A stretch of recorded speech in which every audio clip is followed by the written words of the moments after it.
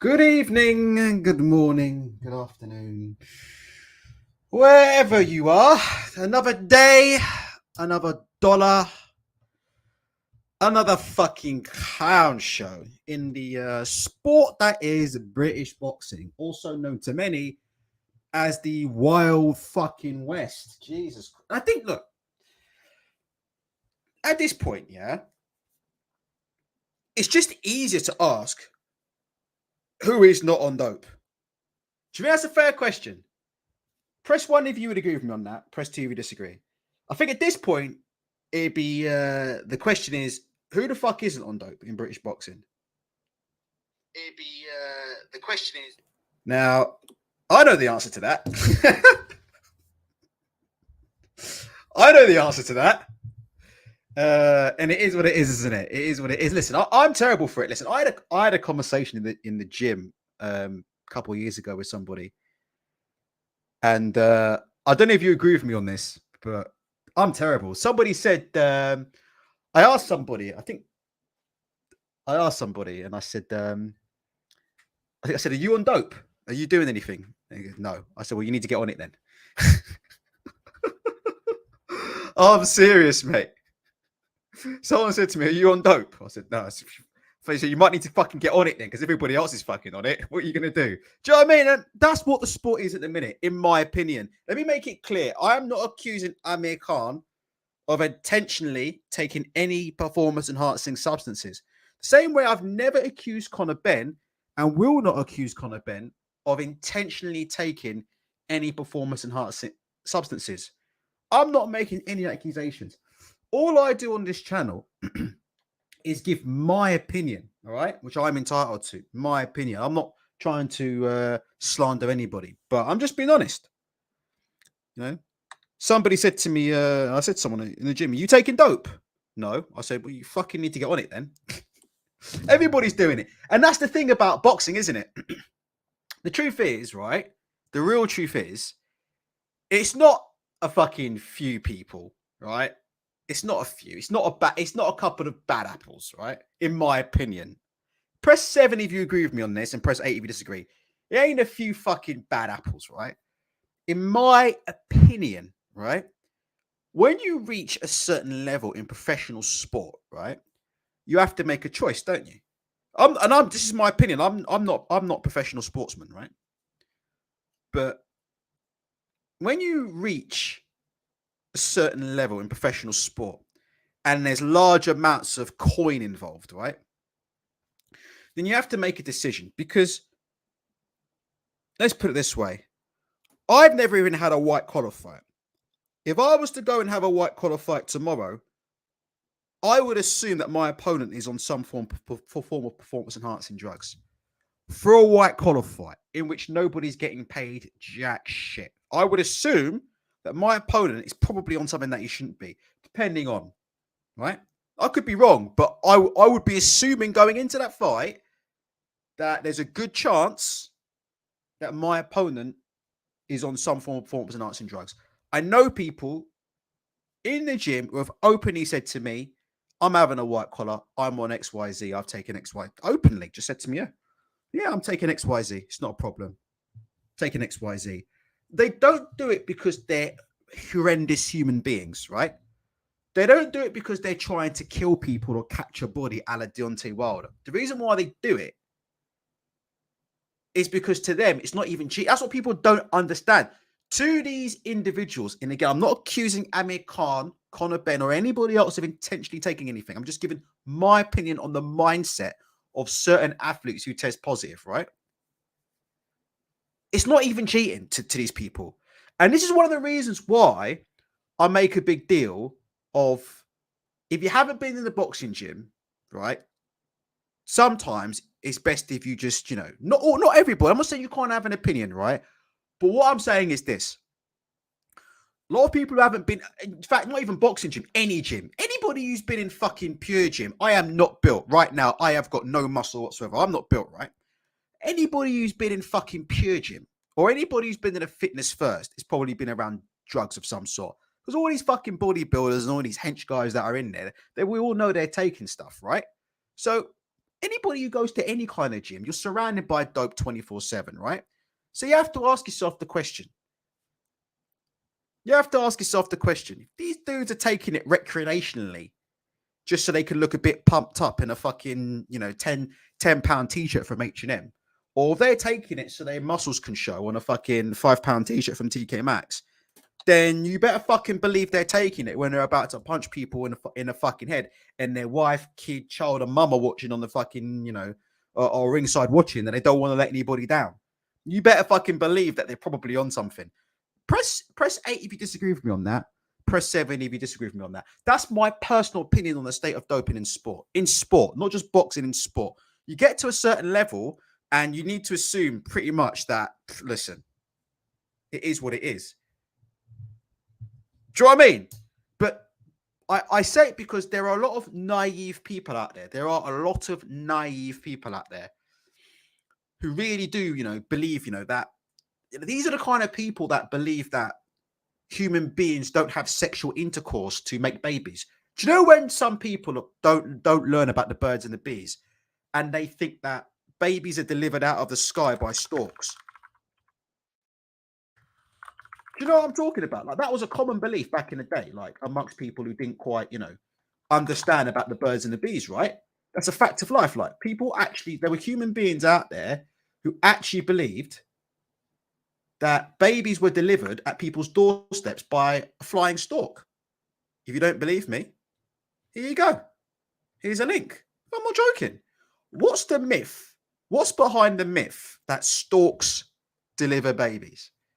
100% true. Like, and there are people out there, obviously, who are a bit, bit out there, aren't they? They're a bit naive, aren't they? Do you know what I mean? They're a bit naive, and we get that with with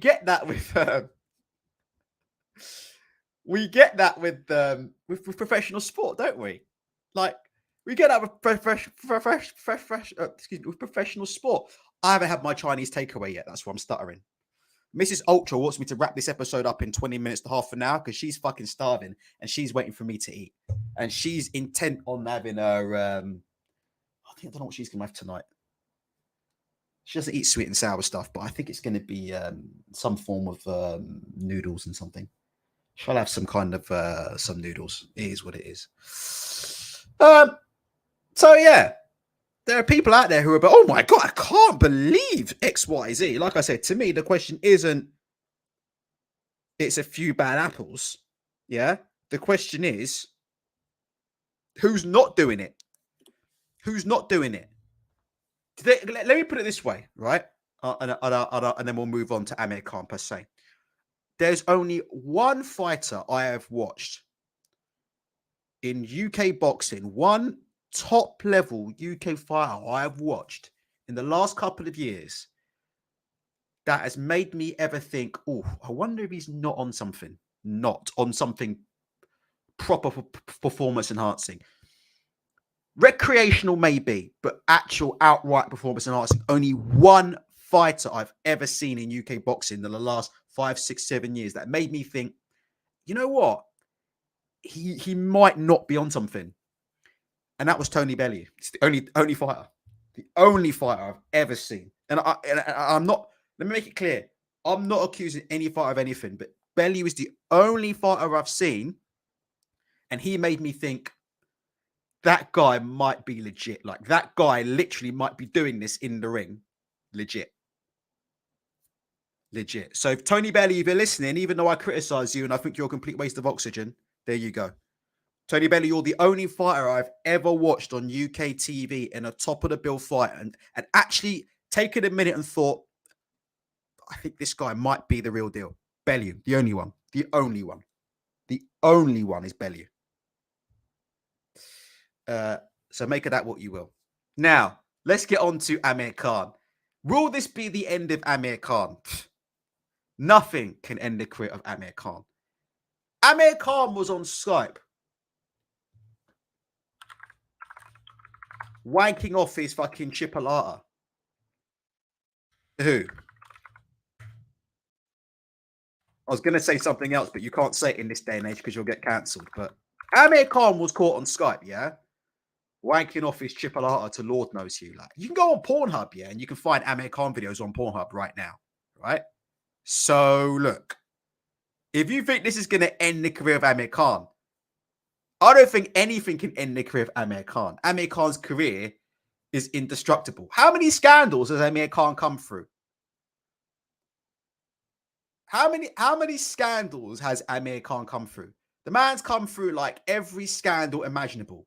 Like, literally, like, how many scandals? Like, his own wife went on social media and accused him of spending all his money on escorts and drugs, right?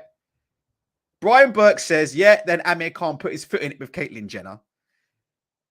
And then we know Amir Khan was a bit of a drinker. And then there was the whole homophobic stuff he said about Kell Brook. I mean, Amir Khan at this point is uncancelable. Yeah, that's it. Yeah, Amir Khan accused his wife of getting banged up by AJ. Like, Khan is just like, he's uncancelable. Amir Khan is absolutely and utterly uncancelable. That man has been through more scandals, yeah, than anybody I can think of. I think Bill Clinton's been through less scandal than Amir Khan. So this is just, yeah, for Amir Khan, yeah, I can assure you right now, Amir Khan's already forgotten about this. Like, Amir Khan went to bed last night, woke up this morning, he's already forgotten about it. Amir Khan will be sitting there reading the newspapers and we'll look at his excuse. By the way, Amir Khan's come up with an all-time great excuse, yeah, for the reason why he tested positive, which we'll go through in a minute. Amir Khan's sitting up, yeah, in his bed, yeah. He's got his butler. Amir Khan's butler turning up, yeah, bringing him the newspapers. Mr. Khan, sir, have you seen this on the front pages? Allegedly that you test positive. Oh yeah, forgot about that. Shit, yeah, that was back in April 2022. Like, to Khan, scandal is just another day in the office for Amir Khan. What was the other scandal about? His dad was stealing money from him, or someone in his family was stealing money from him. Listen, honest to God, Khan has been through, yeah, solid double digits, isn't it? When you talk about the amount of scandal that Amir Khan's been through, it's solid double digits. I mean, the man's been through everything. The man has been through literally everything. So he's already forgotten about that. Like, Kell Brook's on IFL TV looking devastated. Kell Brook saying, he's an effing cheat. I am disgusted. The less I say about this, the better. I'm not going to make any comment on Kell Brook's comments on Amir Khan, because if I do make any comments about Kell Brook's comments on Amir Khan, then I really will be in trouble. And you guys know I love Kell. I love Kell, but, you know. You know. Kell, he's a fucking cheat. I am disgusted. Let's have a look at Kell's comments. It could be a completely different story. I could be in a wheelchair now with him destroying my life or killing me. Because I won, people are going to forget about it. He could have legally killed me. He needs to pay bad. Okay. Okay. It's an interesting point of view there. Definitely. It's an interesting point of view.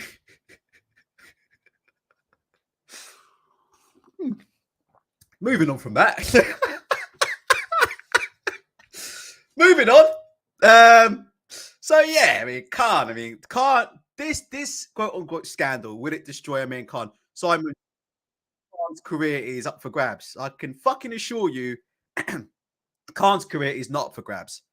I can assure you that this will be forgotten about in about 2 seconds flat. And Amir Khan will continue though.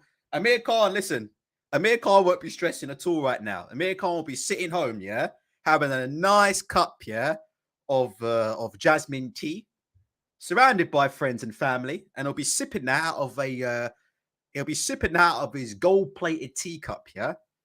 And then he'll probably go out tonight, put his Versace tracksuit on, go and sit in the Ferrari, pull back Amir Khan's probably got what in Amir Khan's Ferrari. What do you think? He's probably got seats that are made out of like tiger skin, isn't it? Like he's probably got seats that are made out of pure crocodile. That's how rich this man is, isn't it? He's probably got seats that are made of pure crocodile. Yeah, Amir Khan will be just laying back in them crocodile seats, and he'll turn on his £2 million stereo system, and he'll probably go for a nice drive around Bolton, isn't it?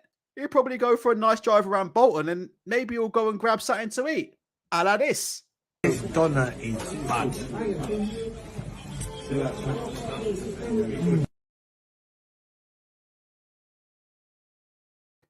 That'll be Amir Khan tonight, innit? Standard, innit? Probably pop into the Ottoman Doner and get himself like and grab himself something to eat. Carter, he ain't stressed. Play that meme one more time. People on TalkSport. Amir Khan's career is up for grabs. Is it? I can tell you now. This is where Amir Khan is right now, bro. This donut is bad.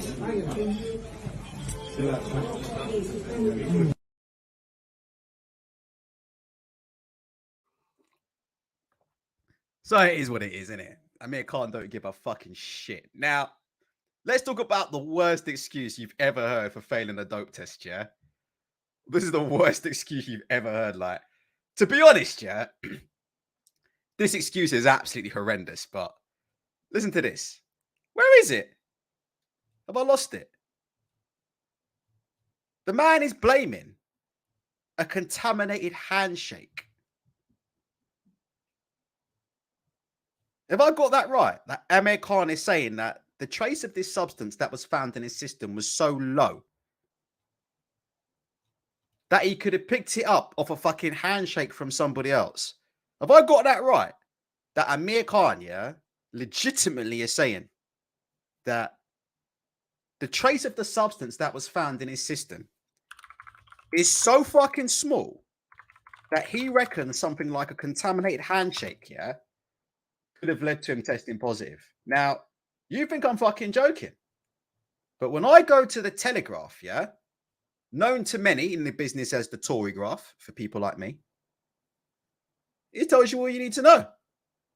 Amir Khan says contaminated handshake could explain failed drugs test. I didn't think that we could come up with something that could beat chicken eggs. I know Tony came on this channel and Tony said that somebody claimed that they swallowed some semen that was contaminated with performance enhancing drugs, right? That's number one. You can't beat that. That's number one. No one's ever gonna. I didn't even. How does Tony know about that shit anyway? Tony came on and told me I had no fucking idea. That's the worst I've ever heard. So that would be number one. But number two, yeah. Number two might have to be Khan and handshakes. Khan's contaminated handshake. For me, it's certainly a worse excuse, yeah, than Conor Benn and chicken eggs, which Conor Benn alleges that he never actually said that chicken eggs were the reason why he tested positive. It seems that the WBC have come up with that theory for him. But anyway, nevertheless, chicken eggs, yeah, contaminated chicken eggs or overconsumption of contaminated chicken eggs. That's pretty fucking bad. That's certainly top 3. But Khan, contaminated handshake. This is a guy who's been handshaking his own knob on Skype for the best part of a decade, isn't it? With the videos ending up on Pornhub. And this man never tested positive then. I mean, this man has shaken hands with a lot of people. If you want to go on Pornhub right now, you can see a video of Amir Khan shaking hands with his own knob, right? On a webcam. And yet this guy never tested positive, yeah? Until when was it? We've got the statement here. The day after the Kell Brook fight. Sorry, the night of the Kell Brook fight. The night of the Kell Brook fight. On 19th of February 2022, UK anti-doping collected an in-competition urine sample from Mr. Khan after his fight against Kell Brook at the Manchester Arena. Mr. Khan's sample returned an adverse analytical finding for ostarine. So it is what it is. Amir Khan's shaken hands with a fair few people over the years, and he's never tested positive before. But all of a sudden, innit, yeah? Let's have a look. Contaminated handshake. Let's have a look. Let's go through Amir Khan's statement. Amir Khan says, "I've never cheated in my life," says Khan, who has spent more than 100 G's, which is nothing to Amir Khan, by the way. Amir Khan pulls 100 G's. Amir Khan would wipe his backside with 100 G's, by the way. 100 G's to King Khan is absolutely straight fuck all. Anyway, we carry on. "I've never cheated in my life," said Khan, who has spent more than 100,000 in medical and legal fees trying to establish exactly how a small dose of the substance got into his body. Yeah, you know when Amir Khan says he could have got it from a dodgy handshake? The amount that was in my system could have been by shaking people's hands. Well, don't you fucking wash your hands, Amir Khan? The fuck? You don't wash hands and shit. When did he test? When did he test positive again? Especially around COVID, Amir Khan. You weren't washing your hands around COVID time, shaking people's hands and shit. What? February of 2022. You weren't shaking. You weren't fucking washing your hands after you was shaking random people's hands, and then what? Not washing your hands and then putting your hands in your mouth. Fucking hell, Amir Khan. That's probably worse, isn't it, than him failing that dope test, isn't it? Do you not think? What do you think's worse? Amir Khan failing the dope test for ostarine, yeah? Or Amir Khan, basically snitching on himself that he goes around shaking hands at people, don't wash his hands, and put his hands in his fucking mouth. Need to start telling Amir Khan to wash his hands. Then he would have passed the fucking test. Innit? Then he would have fucking passed the test.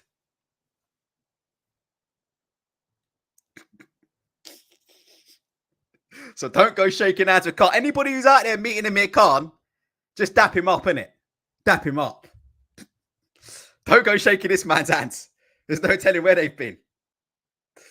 Now, people are saying, people will be wondering, Ultra, why are you not going in, on Ben Shalom and the promotion and on Khan in the same way that you went in on the Conor Benn, Chris Eubank situation?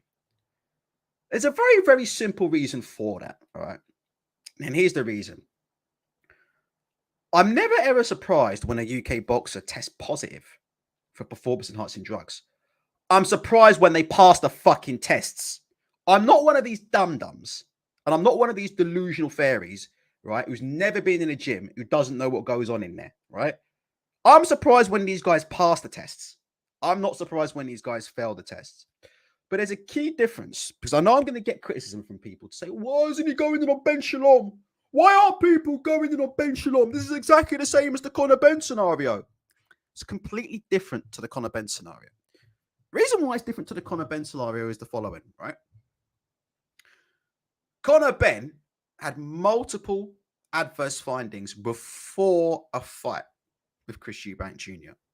The promoters that were involved in putting on the show knew that Conor Benn had adverse finding before the fight with Chris Eubank. And yet, they were still open to putting that fight on. When we talked about what happened with Conor Benn and Chris Eubank Jr. I've never accused Conor Benn of intentionally taking performance-enhancing drugs. What I've criticised is the promotion for seemingly being open to putting on a boxing fight with the knowledge that one of the participants has had an adverse finding on a drugs test. This Amir Khan test was taken after his fight with Kell Brook. It was taken literally right after the fight. So first and foremost, Ben Shalom would have had no knowledge before the fight that anybody had tested positive. And you can see this in the statement from UKAD, which I've got above here. All right. It says it right here. On the 19th of February 2022, UK anti-doping collected an in-competition urine sample from Mr. Khan after his fight with Kell Brook at the Manchester Arena. So that's the first reason why you haven't heard me lay into Ben Shalom. Because according to UKAD's own statement, the promoter wouldn't have had any fucking clue prior to the event taking place that one of the participants had had an adverse finding for a drugs test, because Khan tested positive after the fight took place, right? So this is not similar to Conor Benn at all, where somebody tested positive before the event and you've got the promoters on ID Boxing and IFL TV telling you that they're considering or looking into options to put the fight on under another jurisdiction. So that's the first thing, all right? That's the first reason why this is not the same. Press 1 if you're with me on that. Press 2 if you disagree. If you disagree, that's fine. But to me, there's a clear distinction. The second reason why I'm not absolutely laying into Amir Khan is the following. Amir Khan corresponded and cooperated with the authorities, as per this statement from UK Anti-Doping. He has, whether you agree with the findings or you do not agree with the findings, Amir Khan cooperated fully with the investigation, which is the reason why he was given a 2-year backdated ban. That's the reason why Amir Khan's been given a ban. Amir Khan's been given a ban because Amir Khan cooperated with an investigation. As you can see here, Mr. Khan accepted the violations charged, but maintained that his ingestion of Ostarine was not intentional.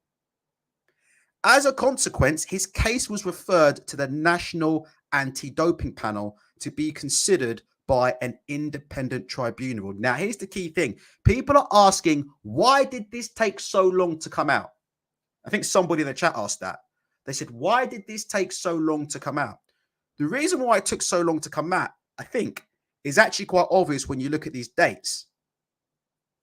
Amir Khan was notified on the 6th of April 2022, basically that he had an adverse finding, right? He accepted the adverse finding, but he said it wasn't intentional. Then his case was referred to the National Anti-Doping Panel, and they heard his case 24th of January this year. That's the reason why it took so long to come out. Does that make sense? Press 1 if you're with me. Press 2 if you're not with me. So straight away, we can see differences, right? We can see differences between what we know about the Amir Khan case and what we know about the Conor Benn case. Amir Khan's had an adverse finding. He's accepted the adverse finding. He hasn't turned around and said, no, here. UK Anti-Doping in this statement haven't said that Amir Khan has accused a World Anti-Doping Laboratory in Utah of deliberately altering his test results, which is what I've got to be very careful with my wording here. It's been alleged that is Conor Benn's main defense for his adverse finding. Conor Benn allegedly has not accepted that he's actually tested positive for anything. You with me? Conor Benn's alleging that the lab are either incompetent or corrupt. That's what's being alleged about Conor Benn. Those are the allegations about Conor Benn's argument. Conor Benn doesn't accept, as far as I'm aware, and if I'm wrong about that, Conor Benn's lawyers, please correct me and I'll apologize. But according to the latest, which came from an article in the Guardian newspaper written by Donald McRae last week, the main points in Conor Benn's argument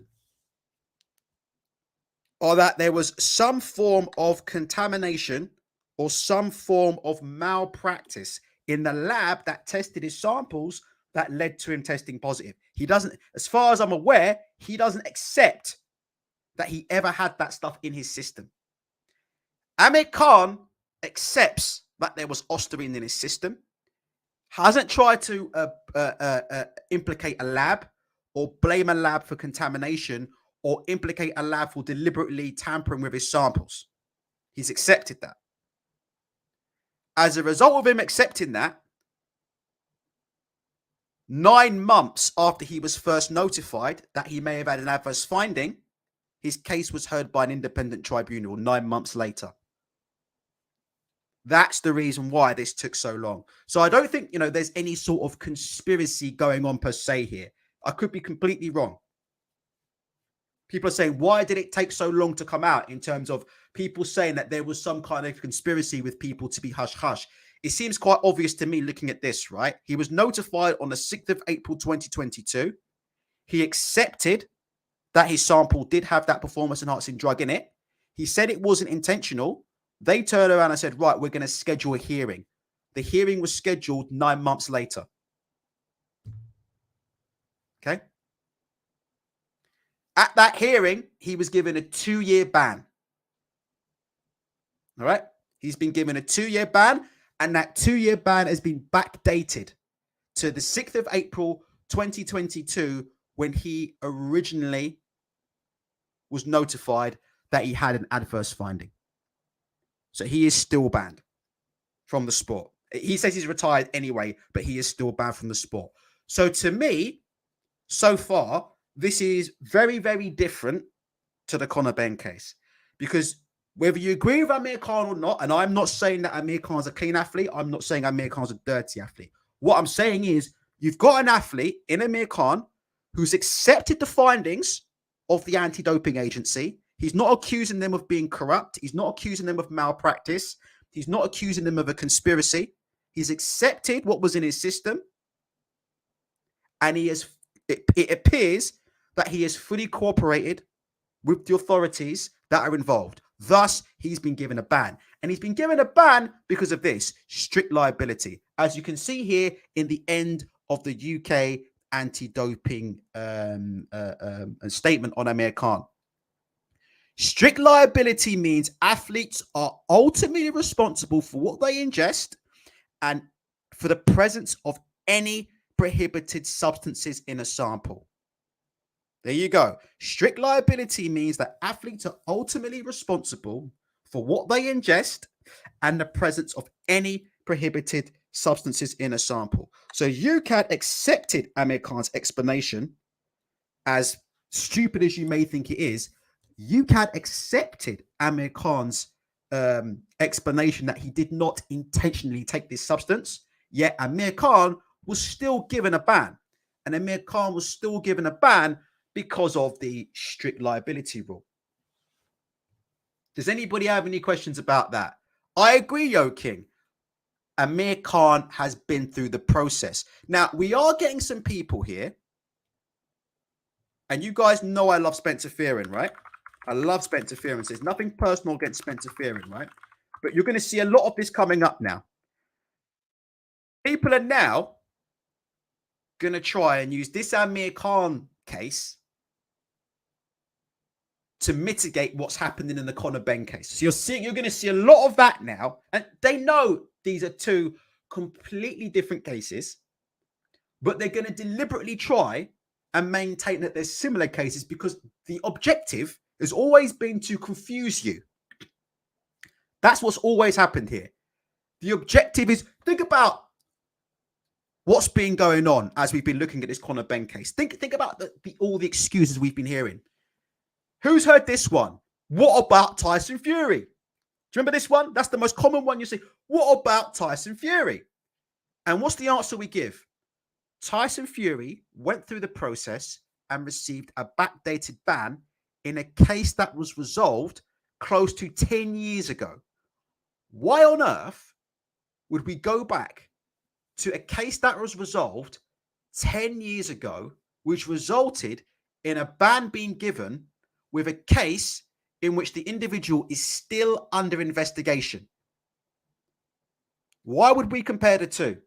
Why would we compare it to a case where an individual is currently under investigation for a doping violation by UK Anti-Doping and the British Boxing Board of Control, and yet his promoter is actively seeking him a fight, which we believe to be in the Middle East?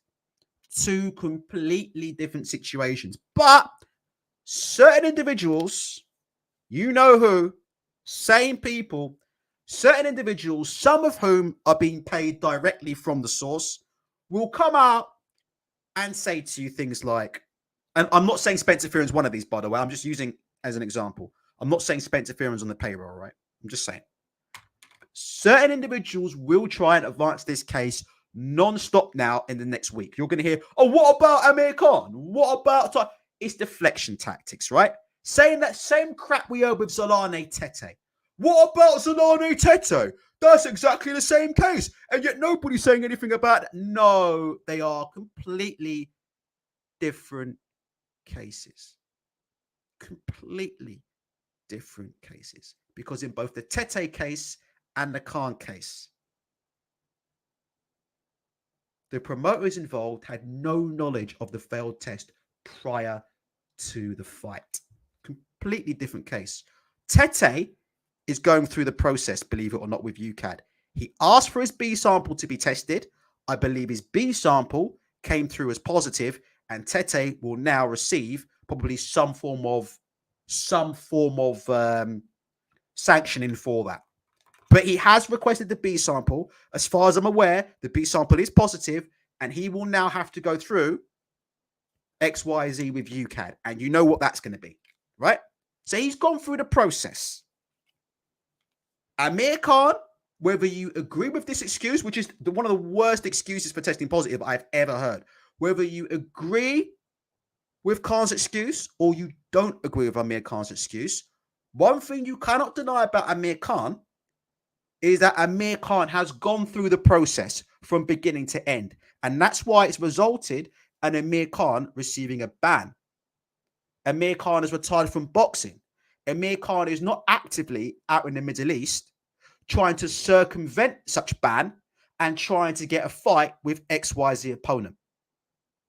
So the question really is, Conor Benn, when is Conor Benn going to go through this process? Press 7 if you think the comments I'm making are fair, and press 8 if you think the comments that I'm making are unfair. For people that are going to try and confuse these two cases to try and mitigate Eddie Hearn and mitigate Conor Benn. Oh, well, look what happened to Khan. It's the same thing. Amir Khan's been through the process. The question you should be asking is, when is Conor Benn going to go through the process? When is Conor Benn going to go through the process? The British Boxing Board of Control and or UKAD would like an explanation as to how this stuff got in his system. They got an explanation from Amir Khan. It's one of the worst explanations in the history of mankind. Literally. Amir Khan's explanations for how this got in his system are absolutely laughable. Nobody is contesting that. His explanations are laughable. Having said that, he has given an explanation. Amir Khan has turned up for his independent tribunal, and Amir Khan has had his case heard. So when is Conor Benn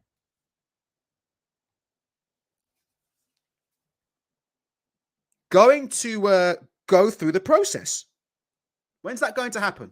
When's he going to provide the information that the British Boxing Board of Control have been requesting for the last couple of months so that they can make a final determination on what's going on? Because I could be completely wrong here.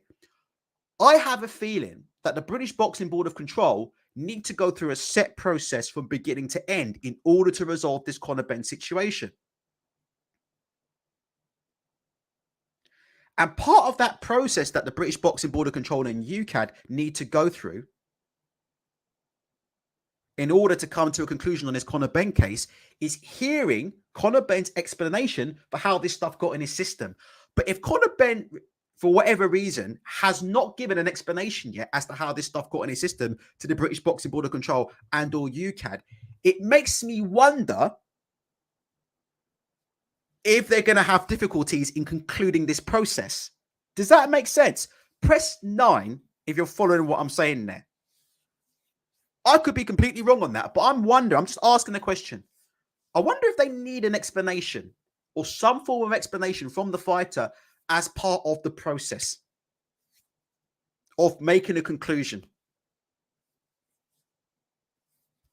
But so far as I'm aware, and so far, according to Robert Smith, as of XYZ weeks ago, Robert Smith, I think the last time Robert Smith was asked was last week. Robert Smith confirmed last week, still have not received this documentation that they've requested. Despite that, despite the fact that we have an individual who is under investigation for doping and has not had his case heard by the governing body of this country, the country in which he recorded an adverse finding,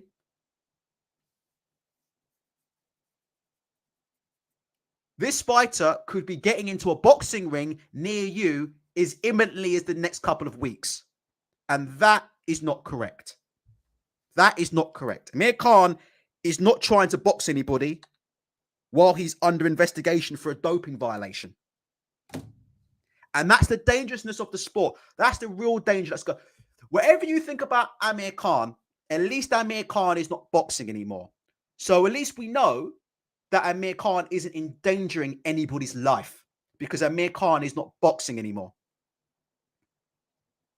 I'm not saying he's all innocent. I'm just saying at least we know no more lives will be put at risk because we know Amir Khan isn't going to be stepping foot in a UK boxing ring for X amount of time. He's going to serve his time, right? Now, in the other case, do we know that? Do we know that no more lives will be put at risk? How can we know that? The investigation hasn't finished. Last time I checked, the investigation by the British Boxing Board of Control and or UKAD is still ongoing. They haven't come to a conclusion yet. So if they haven't come to a conclusion yet, how do we know what the situation is? Well, we don't. I would argue that you shouldn't be boxing again until we know what the situation is.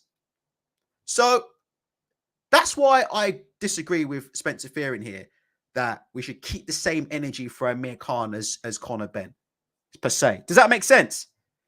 I have my own opinions on whether Amir Khan intentionally took a substance, but he has gone through the process. I would say that Conor Benn needs to finish going through the process as well. Let's have a look. George B says, does the board not have a protocol to follow when a fighter does not cooperate? Surely there should be consequences for that. I've got to be very, very careful with what I say. But all I will say is this. The British Boxing Board of Control, most people are expecting them to fold, right? In this Conor Benn scenario, right? What we're expecting is, for Conor Benn to be cleared of wrongdoing, or, we're expecting the British Boxing Board of Control to basically fold, right? They're already being threatened, aren't they? There's rumors going around that they're already being threatened with legal action, RE, restraint of trade. Big shout out to Peter De Freitas, who actually came on this channel, I think 2 or 3 months ago. I think Peter De Freitas, if you guys watch Porky's channel, you may have seen Peter De Freitas. He's been in boxing for years, probably decades actually. And Peter De Freitas came on this channel and said the board will be sued for restraint of trade. And you can see now there are already sort of hints going around at that the board could be getting sued by you know who for restraint of trade. So look, we're all expecting the British Boxing Board of Control here to fold. Having said that, if the British Boxing Board of Control do not fold, then I do think that it's not only Conor Benn that's going to be in trouble for this, for what's happened. If that makes sense, George B. And that's what people aren't understanding here. If the British Boxing Board of Control stand their ground on this, I don't just think it's going to be Conor Benn who's going to be in the firing line at all. I don't think it will just be Conor Benn. I think you know who is going to end up in the firing line as well. I hope that answers your question, Ari. Cooperation with investigations into doping violations. I can't say much more than that. Let's have a look. Surely, if Ben boxes without facing the board, the start date of his ban moves to the last fight. I don't know the rules. I have no idea. But it probably will be some form of backdated ban, wouldn't it? Backdated ban and carry on. Jedi Knight says they know Khan won't make the money anymore, so they gave him a 2-year ban. Conor Benn makes the money. No, Conor Benn hasn't gone through the process yet. We don't know if Conor Benn's going to receive a ban or we don't know if he's going to. We don't know if he's going to receive a ban or not. He hasn't gone through the process yet. That's simple as that. The reason why Khan's been banned, and the reason why, as far as I'm aware, Conor Benn currently, well, I don't know if he's serving a provisional ban. Actually, I have no idea. Actually, to be honest. I don't know if Conor Benn is serving a provisional ban. So I've got to be careful what I say from a legal standpoint, right? But there's no evidence at the minute that Conor Benn is serving a ban. But I have no idea if he's serving a provisional ban. But he hasn't gone through the process. That's why I believe that's what's happened. Crazy D3 says Eddie pulled the fight because the zone were uncomfortable with broadcasting the fight, not because of the British Boxing Board of Control's wishes. I think we'll hear more about that, won't we? And like I said before, people trying to drag Ben Shalom through the mud. And again, people say, "Oh, ultras, pro Frank Warren." This doesn't involve Frank Warren. This involves Ben Shalom. You know my thoughts about Ben Shalom, but to drag Ben Shalom through the mud, to me, is fucking ridiculous. Because Ben Shalom, you can't put it on Ben Shalom when Khan failed a dope test after the fight took place. What's he supposed to do? What's Ben Shalom supposed to do? It's got nothing to do with Ben Shalom. People are saying, "Oh, when did Ben Shalom find out?" Well, Khan tested positive after the fight took place. It's got nothing to do with Ben Shalom. What's it got to do with Ben Shalom? Nothing. You can't put that at Ben Shalom's door, is it? Like, people really, and let me tell you something. I don't have a very, very good understanding of this Conor Benn situation myself. It's a very, very technical case. There are only a handful of people really on the internet. A handful of people like your Gabriel Montoyas, your PED experts. There's a handful of people in this case, right, who actually understand what they're talking about. Ari, this Conor Benn situation, right? But those people who are trying to, and again, those people who are trying to use this, "Oh, whoa, we just show the same energy to Ben Shalom." Well, no, we don't, because it's two absolutely, completely different situations. But I'm just telling you, in the next couple of weeks, you will be hearing that. So when you hear it, think about me. That's what you'll be hearing. Again, it's always, and we'll leave it at that, it's always been the same thing from beginning to end with this process, in my opinion. In my opinion, this has always been about deflection. And you don't have to agree with me. You can agree with me. But it's all been about deflection from the get-go. It's always been about, well, what about Tyson Fury and that case from 10 years ago, which was solved, where they completed an investigation and he had a ban. What about that? What about the Tete case, where it was completely different because the promoter and the British Boxing Board of Control had no idea before the fight that Tete had a positive test. Well, what about this Amir Khan situation? You're going to see a lot of this. You're going to see a lot of this. And that's interesting, Games You Love. I tell you what, the situation that the Conor Benn situation reminds me the most of, and we'll leave it at this. The Conor Benn situation actually reminds me of a situation that allegedly occurred with Dillon White. That's what that really is like. But again, they never bring that up, do they? They never say, what about Dillon White? Because that's, out of all the cases that people bring up, the Tyson Fury one, the Tete one, I would say the most similar case that I've seen, as far as I'm aware, in my opinion, the most similar case that I've seen to this Conor Benn situation is the Dillon White Oscar Rivas situation on you-know-who promotions XYZ years ago, where, again, an individual had an adverse finding before the fight. The promotion involved were informed that XYZ fighter had an adverse finding before the fight, And despite that, the fight went on and took place. And Oscar Rivas had no fucking clue what was going on. Forget all this fucking, what about Tete? What about Khan? Should be asking, what about Dillon White? Because that scenario, to me, is very, very reminiscent of what's happened with this Conor Benn scenario. Very reminiscent. Fighter has an adverse finding prior to the fight. Promotional team is aware prior to the fight. Fight still goes ahead. Question marks asked, why was that fight allowed to go ahead when people knew in advance that somebody had an adverse finding? That's the real case that people should be going, well, what about this case? That's the real case that people should be talking about. But they won't do it, will they? Have you heard anybody on YouTube bring up the Dillon White case in regards to the Conor Benn case? You know, from these super chatters who are getting super chat money, yeah? You know what I'm talking about? These super chatters who are getting super chat money. Have they ever made reference to the Dillon White case in reference to the Conor Benn case? I don't believe they have. Do you not find that rather odd, considering the cases are very, very similar at face value? Do you not find that funny? The cases appear to be remarkably similar at face value. And they've got time to bring up Zolane Tete, but they all of a sudden, the whole Dillon White thing just skipped their mind, yeah? Skip their mind. Why do you think that would be? Why would you think that would be?